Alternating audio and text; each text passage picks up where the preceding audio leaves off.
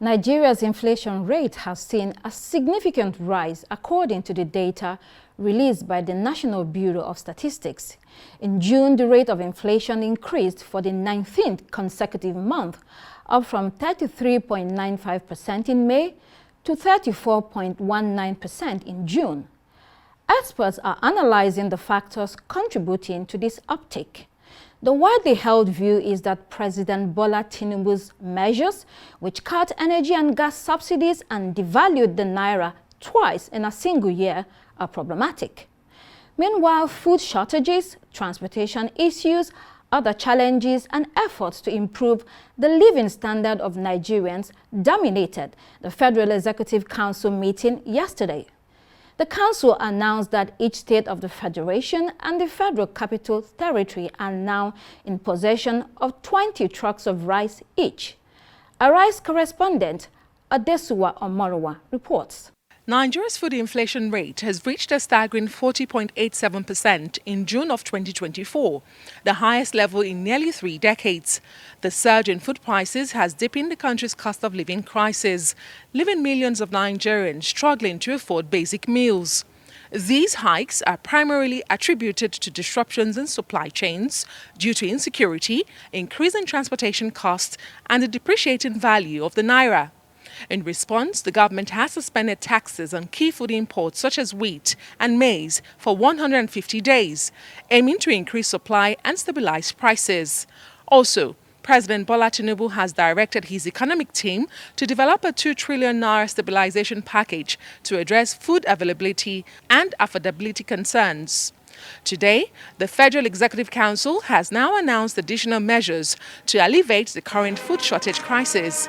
These measures include the distribution of 740 trucks of rice across the country to support the most vulnerable populations. The Minister of Agric had earlier been directed to ensure that food is being made available to Nigerians, and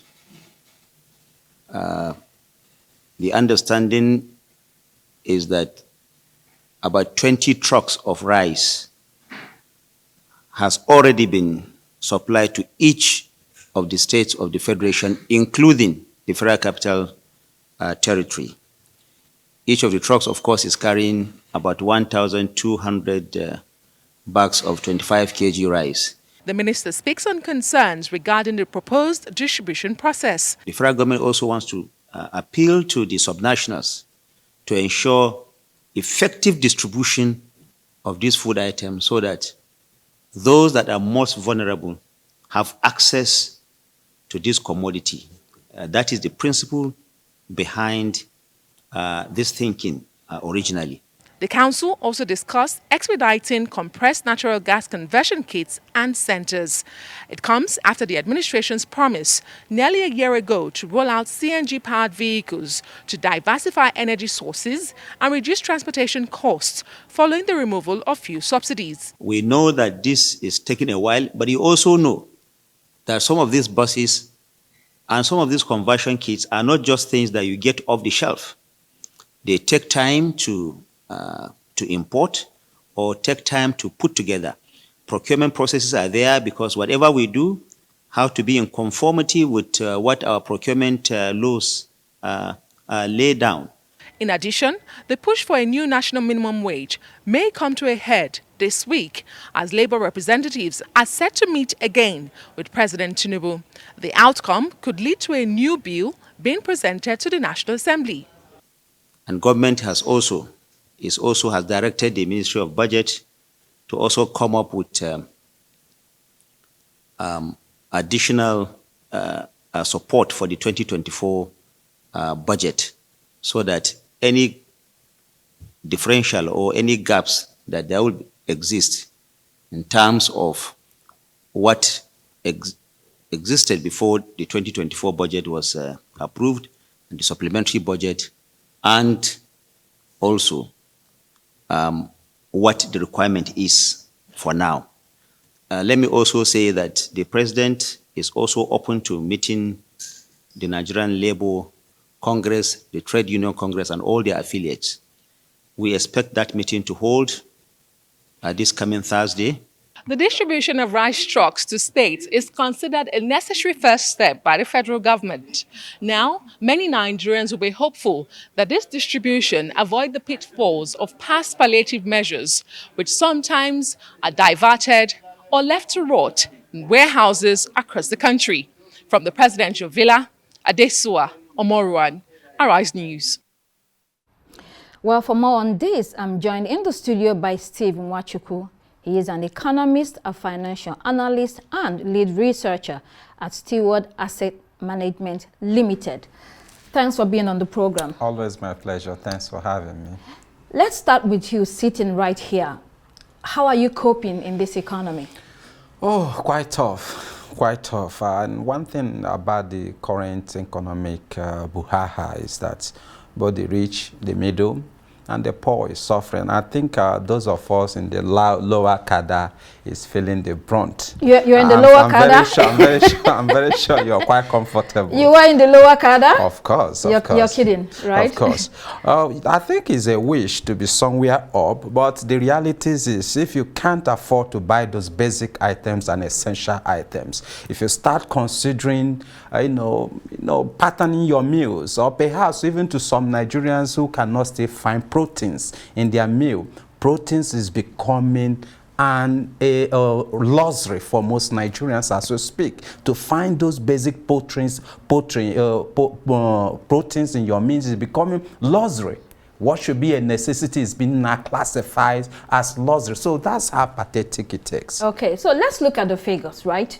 According to the National Bureau of Statistics, inflation has soared to 34.19%. This is an increase from last month when it stood at 33.95%. That's not all. Food inflation has increased by 62% to 40.87%. We know food is pricey already, but when you see these figures, it's a bit frightening. What do these numbers indicate to you?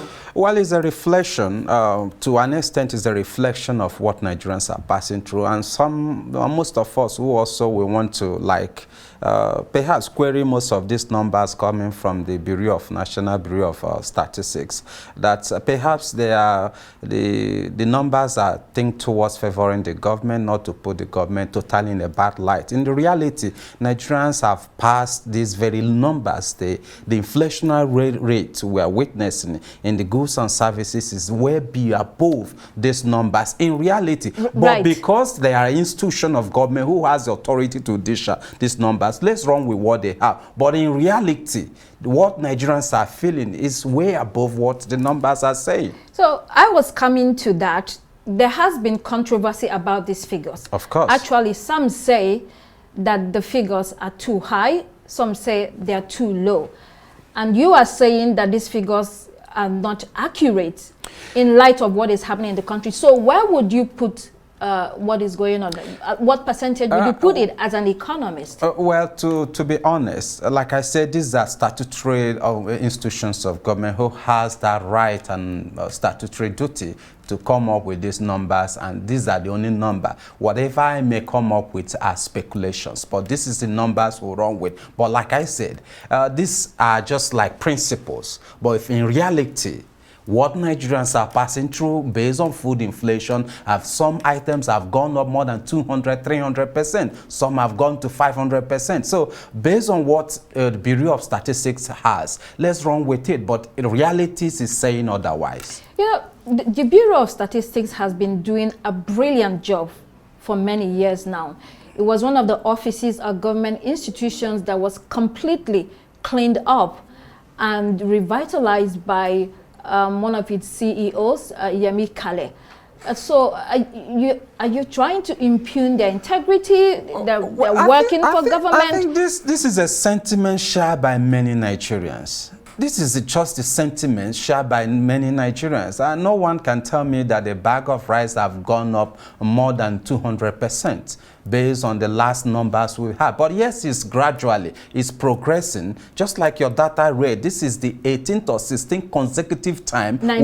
we have, the 19th consecutive time we witnessed increase in these numbers. Like I said, let's not subject the MBS because they are statutory institutions that can dish out these numbers, and let's run with numbers they have. But like I said, in reality, these numbers are not speaking truth. These numbers are not reflective of the sufferings. Like I said, a good percentage of Nigerians cannot find proteins in their meals. Right. They have classified protein as luxury. If they find it, you are not luxury. You are living luxury to see protein in your meals. So that's how pathetic the issue is. Like I said, let's not dwell on the criterions, on the basis of parameters, or whatever variable available with the MPS to come up with these numbers. Whatever big number, even if it's 30% food inflation, it's still outrageous. It's still ridiculous. We had it 1 year ago, less than 24, 23%. So let's fix the issues, and the government needs to sit up and run with the number. Whether the numbers favor them, even at 40%, is still not a credit to the government. Right. Let's run with the issues. A couple of items, or almost every item: millet, whole grain, guinea corn, yam, water, yam, cocoa yam, potatoes, groundnut oil, palm oil, fish, gari. What's left? Everything is on the increase. Totally, completely everything, nothing is spared. Of course, that's the danger, and that's why I think at this point, and I know so also for sure that those within the corridors of power are not finding it easiest too, because even the burdens are increasingly on their own sides, on dependents and those who will come to them from some goodwills and the rest of them. And like I said, let's face the issues. The issue is for them to sit up and realize the critical situation we are in. Like I do call on President Bola Ahmed Tinubu to sit up. There is nothing stopping you, Mr. President, from declaring state of emergency in our economy. If you declare, it sends a state of alertness, a state of sense, common sense to all the ministers, appointees of government, agencies of government, that yes, we are in a critical period. We don't need to depend and start depending on these very items that we live in luxury life. This is what state of emergency we send to. It will also send a sense of understanding or a sense of alertness to the ministries and parastatals like NNPC to up production of crude oil to somewhere around 2 million barrels, 1.9 million barrels per day, so that you can defend whatever is being affected in our exchange market. A state of emergency is a lot we need at this point. Like I said, it will give that austerity measure in the spending posture of those within the corridor of power. It will also help to cut this very aspect of luxury, aspect of cost of governance. That is what a state of emergency will do to our economy. You obviously understand economy and finance. In your view, what are a few things that we are doing wrong, and how do we right those wrongs? Well, I think avoidance of repeating myself. In most fora like this, we have been able to outline most of the basic things that needs to be done. One, first, is to be truthful to ourselves, sincere to ourselves, and look at the issues as it relates to the reality, and leave most of these rhetorics and symbolic pronouncements or announcements you often hear, just like you had the Honorable Minister of Agriculture, the Honorable Minister of Information. Reading informations around the how many trucks of these are symbolics. Yes, they come as form of palliative. What we should be doing as structural and fundamental things that will take out of the woods. For example, we should ask ourselves the reality question: what is causing this very food inflation? What is a bag of fertilizer sold as we speak? What was the price 5, 10, 6, 8, 10 years ago? A bag of fertilizer was around 6,000, 8,000, 12,000. As we speak, an NPK is selling above 45 to 50,000. So these are the input costs driving it. What is the residential status of our artisanal farmers? A good number of them have become fugitive in their own land. They have left their ancestral homes. They can't even access their farmlands. These are the realities. What can we do to build those confidence around this? needs. Make sure that these very farm inputs are available to farmers. Make sure that we return farmers to their ancestral homes so that they can produce these very cropped items. Yes, there are a couple of intervention programs run by this government, like the issues around waiver importation of some of these agriculture. Yes, it has own effect or ripple effect in the economy, but yes, it's a measure, at least to cushion the rising cost of this very food item. But basically, we need to return back to farm. You can't return back to farm except you make sure that these variables that will reduce the cost of producing these items lower. Otherwise, if you still allow farmers to buy their fertilizer at 50,000, the output cost will still be higher. We can still afford it. So that means the assurances that the minister has given today, not only the Minister of Information, the CBN governor, and a host of other government officials, they've assured Nigerians today that in a few months' time, the economy will improve. Do you believe them, or should anyone believe them? Let's give them their benefit of that. Just like I said, I'm sure they are not quite, enjoying the whatever going on, the sufferings and hardship Nigerians are passing through. I'm sure they are putting things in order to make sure, just like they announced most of these couple of programs and interventions. Yeah, so yes. they talked about 20 trucks of rice to each state. In the Federation, each truck has 1,200 bags of rice at 25 kg. There's also been the announcement of 2 trillion naira package to make sure that the economy improves. There's CNG buses. There's minimum wage bill to be sent to the National Assembly, procurement of tractors for agriculture, trailers as well. A lot of interventions. Unpack this for us. Of course. Like I said, let's give them one that, by one. Yes, let's give them that benefit of that. In the issue of the agricultural production, there is a gestation period. You don't just put any of the crops and harvest it the next day. It has, a couple of them has 4 months, 3 months, 6 months, depending. So, but let's give them. But like I said earlier, it can't just be this off-season farming or this rainy season. You have to also move into other forms of farming, like the irrigation farming, off-season farming, so that you can up. You need to also involve the industrial base. Like the ulams are here, the flour mills are there. There should be some level of synergy and collaboration with these industrial farmers so that you can have a very good chunk of these very farm products push out to the economy, push out to the market to reduce the price. These are the measures that government needs to be taking. Yes, like I said, let's give them benefit of that the next 2, 3, 4 months, these crop items will be harvested and they'll be pushed to the system and prices will start coming down. But let me tell you for truth, you cannot have a result if you depend on rhetoric and propaganda. If there are no farm products out there to be produced or sent to the market in the next 3 months, the price of these very good, the price of these very goods and services and crop items will still go up in the next 3, 4 months. If you don't have, but like I said, let's give them that benefit of that the next couple of months, tons and thousands of tons of these very crop items, both grains and the rest of them, will be made available in the market. Just like we speak now, a crate of egg is selling above 4,000 to 6,000. What can you do around that? Make sure that there is a mass cultivation of corn. Corn is the major aspect that contributes to this rising cost. A loaf of bread is selling above 2,000. We are now having GMO corns. It was announced the other day. Well, let's not get into the controversies of the GMO corns and the rest of them, but do we have enough seeds that can be sent to our farmers so that they can produce this corn? Yes, I believe we have enough seed. Can we source for those seeds? That's the angles I'm looking at, the structural and fundamental thing, not this rhetorics of 20 trucks or whatever trucks sent to. No, these are palliative. This cannot solve the issue. The way you can solve the issue is to move into collaboration with the states where you have comparative advantage to produce corn. What can we do for you? Is it land clearing we do for you?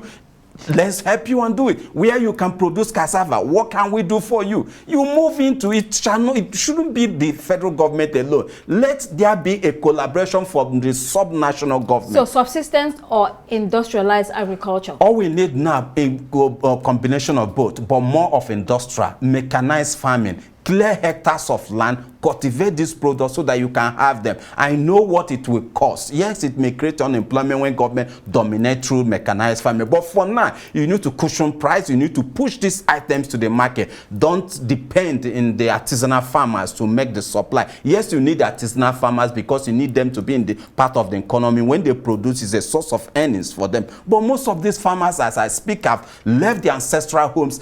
Most of them are IDPs. I was going to say that, are we able to achieve this in the light of the security challenges that we face? Well, that's an issue. Of course, President Bola Ahmed Tinubu is the commander-in-chief of the armed forces. He can give directives and make sure that these very troubled areas where you have majority of these beds, where you have majorities of farmers returns to their homeland. He can do it. He can give directive to that effect and make sure you return these farmers to their ancestral homes. So where does the importation of food play here? Does that even make any difference at all? What are your views on that? It's a whole game. It's a lot of things are in there that are adverse effect or demerit and merits to it. Yes, for now we need supplies to the system, but like I said, is a window open for just 5 months. I think 150 days is for 5 months, and that should be due enough to close the borders against importation, because if you continue to open the border, it will flood the market. But let's also speak realities of facts to it, or details of these very waivers. Now, you are talking about you've opened the border, you've given waiver for farmers or for importers to bring this food item. It sounds good. That's why I say most often this government depends on rhetoric and just very policy pronouncements, no symbolic pronouncement or announcement, no concrete or structural things that will back them up. Exchange rate is selling above 1,400 to 1,600. If you open your border, or perhaps you've given waivers, maybe you've reduced, let's say, 10 to 15% of the chargeable custom tariff that you waived for those importations. But the bulk of the cost is on the exchange. Importers are going to buy this very exchange rate at above 1,500. The landing cost of the same items will be higher. So it may have no difference based on the fact that a good percentage of these importers will buy this same forest at above 1,400 to 1,600. In fact, it's heading to 1,600 as we speak. So government needs to see these issues from this very fundamental and structural base. Right. Up your production of crude so that you can defend Naira, so that you can have this very exchange rate sold within the official benchmark of 750 in your budget. If you have any exchange rate within 800, you will see the magic will start happening to the numbers. Well, talking about crude, the GMD of NNPC Limited, Melekiari, also announced that by the end of next year, Nigeria will be a huge exporter of oil. What he's essentially saying is that it will improve drastically the oil that we are pumping. Do you think that, again, that this is rhetoric, or we are going to see a change? I think it's only him that can explain what he means, that will become a net exporter. Net exporter is solely dependent on Dangote. By the time you are not even making crude available to Dangote. He said it will be a combination of the Nigerian government, Dangote, and a couple of other companies that he didn't mention specifically. But we are the net importer of petroleum products as we speak. So yes, how would the magic happen by next year? I say let's not get into the rhetoric. So it's only him that can tell us to dictate what he meant and how we can achieve that. The 60,000 barrel of Port Harcourt refinery we've been talking about since January. Will restart operations by early August. We have all Nigerians have been hoping by November that it will come on stream, December it will come on stream, January it will come on stream. Now, I think they even killed the hope of that very 60,000 they said they have rehabilitated. So I think like I said, let's face the issue. I listened to him a couple of days or weeks ago when he made a declaration of state of emergency in our oil and gas. That's not what we are calling for. We are calling for a total state of emergency, and there should be a marching order and directive to him by the president that he should ramp up production to 1.8. Government needs to raise their face against this oil theft. This is the only thing causing this very low production we are having. Our OPEC quota is around 1.8, 1.7 million barrels per day. We are still producing less than 1.4, 1.5 million. In fact, last month it was around 1.2 something. So we need to face these realities. Right. The only thing government needs to do is to realize that this is an emergency period and boldly enough declare state of emergency in the economy and give a marching order to respective agencies of government. Right. In the meeting with the Senate, the CBN governor, represented by the Deputy Governor Economic Policy, Mohammed Abdullahi, said specifically that foreign exchange fluctuation, food inflation, and rising inflation will see a downward trend. According to him, indications are emerging in this regard. He's very optimistic. Are you optimistic? Let me share in his optimism. I'm a Nigerian. Like I do say, yes, the best time anybody should run with any mantra is the best time to run with renew hope or hope is now. Because life without hope is hopeless. We need to share in any optimism. But let's not close our eyes to the details. Let's not close our eyes to the realities. Let's not close our eyes to those KIPs. Those performance index what we can use to determine actually if they have done well or the other. Yes, let's share his optimism, but let him also share the details how we're going to get such kind of inflows of forex, how we're going to have the exchange rate or our naira exchange around the budget benchmark of 750 or 800. Like I said, if you have our exchange rate or naira exchange around this budget benchmark of 750, in the next 2 weeks or 1 month, you will see the magic that will happen to our inflationary number. Everything will turn around. Like I keep saying, what we are suffering is not just imported inflation. They are supply push. Unless you address these structural things, get the farmers back to the farmland, get this very full farm input cheaper and relatively okay for farmers, get NMPC to up production to somewhere around 1.8, 1.9. You cannot have any of these very inflationary number reduced to where we wished. Right. Steve Nwachukwu, thank you so much for being on the program. Always my pleasure.